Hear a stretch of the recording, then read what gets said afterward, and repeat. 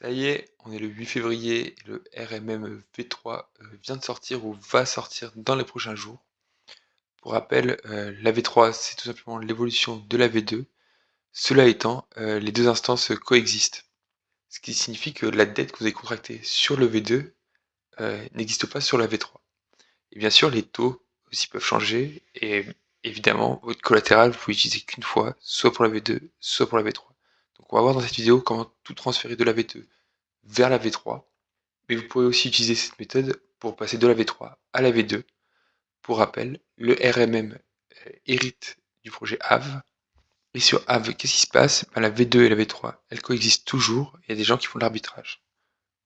Par exemple, là, nous sommes sur la blockchain Polygon.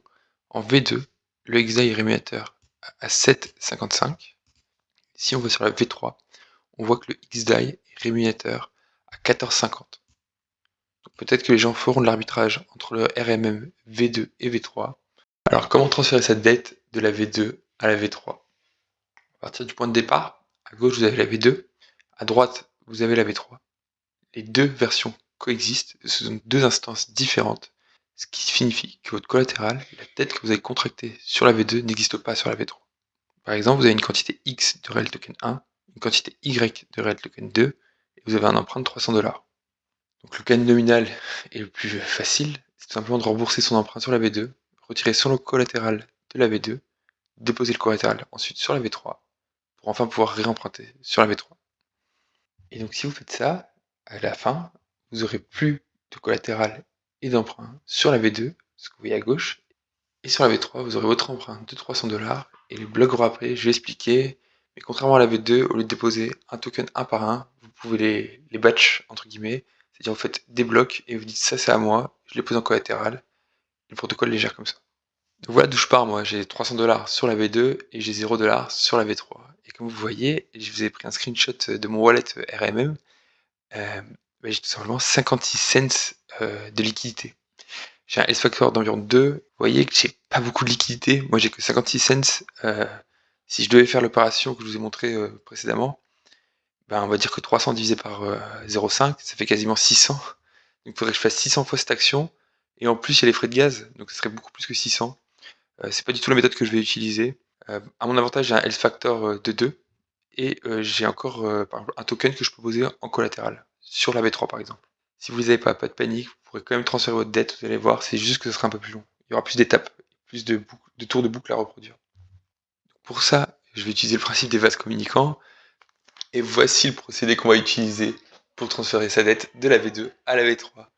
Alors, la première chose que je vais faire, tout simplement, c'est que je vais retirer du collatéral de la V2. Donc, pour rappeler, moi, le facteur, il est à environ à 2. Je vais le diminuer à un 10 à 20 environ. Dans les faits, vous pouvez descendre jusqu'à 1. Moi, je vous le déconseille. Je vous rappelle, S facteur en dessous de 1, liquidation. Bien sûr, chacun est responsable. Donc maintenant, j'ai retiré du collatéral sur la V2, je vais le déposer sur la V3. Je vais créer un emprunt, tout simplement. Et je vais avoir des XDAI. Ces XDAI, qu'est-ce que je vais faire? Je vais les rapatrier sur la V2. Je vais rembourser ma dette. Mon health factor, lui, va augmenter. Et j'ai juste à retourner au point 1. C'est-à-dire je rebaisse mon health factor jusqu'à 1,10 à 1,20 environ. Et je continue, étape 2, étape 3, étape 4. Puis je retourne au point 1. Et je fais ça jusqu'à ce que ma dette sur la V2 tombe à 0. Donc voilà, on se retrouve sur la V2. Je suis tout simplement en train de retirer du collatéral. Donc vous voyez, je retire que 6,5 réel token de la 19751 de Marx. Mon health factor va passer de 1,95 à 1,15. Et c'est parti. Donc mon MetaMask s'ouvre. Je confirme. Donc là, je suis sur la V3. On voit que mes marks sont disponibles. Et je vais faire un multi-dépôt tout simplement. Donc c'était ça le bloc wrappé. Multiply, je prends les tokens qui m'intéressent. Je clique sur max. Voilà, j'ai mis le max. J'approuve toutes les propriétés. Mon MetaMask qui s'ouvre. Donc voilà, ça y est, toutes mes propriétés du batch ont été approuvées. Donc ça y est, vous voyez que mes assets ont été déposés en collatéral. On les voit là. Il y a par exemple le 669 de Marx. Donc là, vous voyez, je pourrais retirer, je pourrais emprunter 200 XI par exemple. Donc voilà, maintenant je vais emprunter 200$. Donc là, je suis sur la V2 du AMM. Il y a des problèmes d'affichage, hein, c'est toujours la version de test. Ce sera plus qu'en prod. Je peux rembourser ma dette de 300$. On va mettre ça sur 95. Je vais repayer du XI.